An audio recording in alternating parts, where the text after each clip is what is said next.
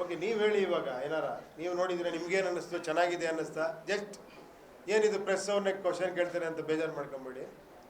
So you want good feedback. ಸುಮ್ಮನೆ ಒಂದು feedback ಅಷ್ಟೇ ನಿಮ್ಮಿಂದ. ನಿಮ್ಗೇನು ಅನ್ನಿಸ್ತು? ಮೇಕಿಂಗ್ ಚೆನ್ನಾಗಿ ಅನ್ನಿಸ್ತಾ?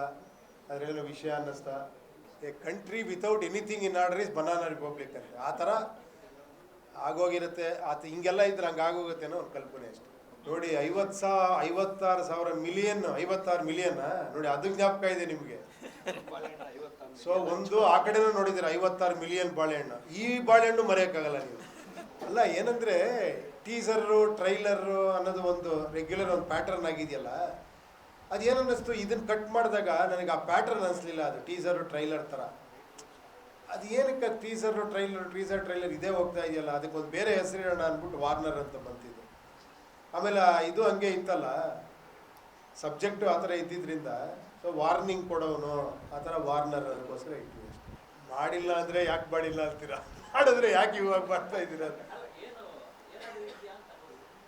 ಇಲ್ಲಪ್ಪ, ಆ ಥರ ಅಲ್ಲ. ಅದೇನೋ ಆ್ಯಕ್ಚುಲಿ ಮಾಡೋಣ ಅಂದ್ಕೊಂಡ್ವಿ, ಅಲ್ಲಿ ಮುಗೀತು ಪ್ರೆಸ್ ಮೀಟು. ಒಂದು ಇಲ್ಲಿ ಮಾಡೋಣ, ಒಂದು ಹುಬ್ಳಿಲಿ ಮಾಡೋಣ ಅಂತ ಪ್ರೊಡ್ಯೂಸರ್ ಎಲ್ಲ ಪ್ಲ್ಯಾನ್ ಮಾಡಿದ್ರು. ಬಟ್ ಹೆಂಗಿದ್ರು ದೇವಸ್ಥಾನಕ್ಕೂ ಹೋಗಬೇಕು, ಹಂಗೆ ಪ್ರೆಸ್ ಮೀಟು ಮಾಡಿ ನಿಮ್ಮನ್ನು ಮಾತಾಡಿಸ್ಕೊಂಡು ಹೋಗೋಣ ಅಂತ ಅಷ್ಟೇ. ನೀವು ಯಾವ್ದಾರ ಪಿಕ್ಚರ್ ಮಾಡ್ತಾ ಇದ್ರ ನನಗೆ ಯಾಕೋ ಅನುಭವ, ನೀವು ಯಾವುದೋ ಪಿಕ್ಚರ್ ಮಾಡ್ತಿರ್ಬೇಕು, ಬಿಗ್ ಬಡ್ಜೆಟ್ ಪಿಕ್ಚರು. ಅದನ್ನು ನೀವು ಹೇಳ್ಬೇಕು, ನಾನು ಹೇಳಿದ್ರೆ ಹೆಂಗೆ ಅದನ್ನು ಅಲ್ವಾ?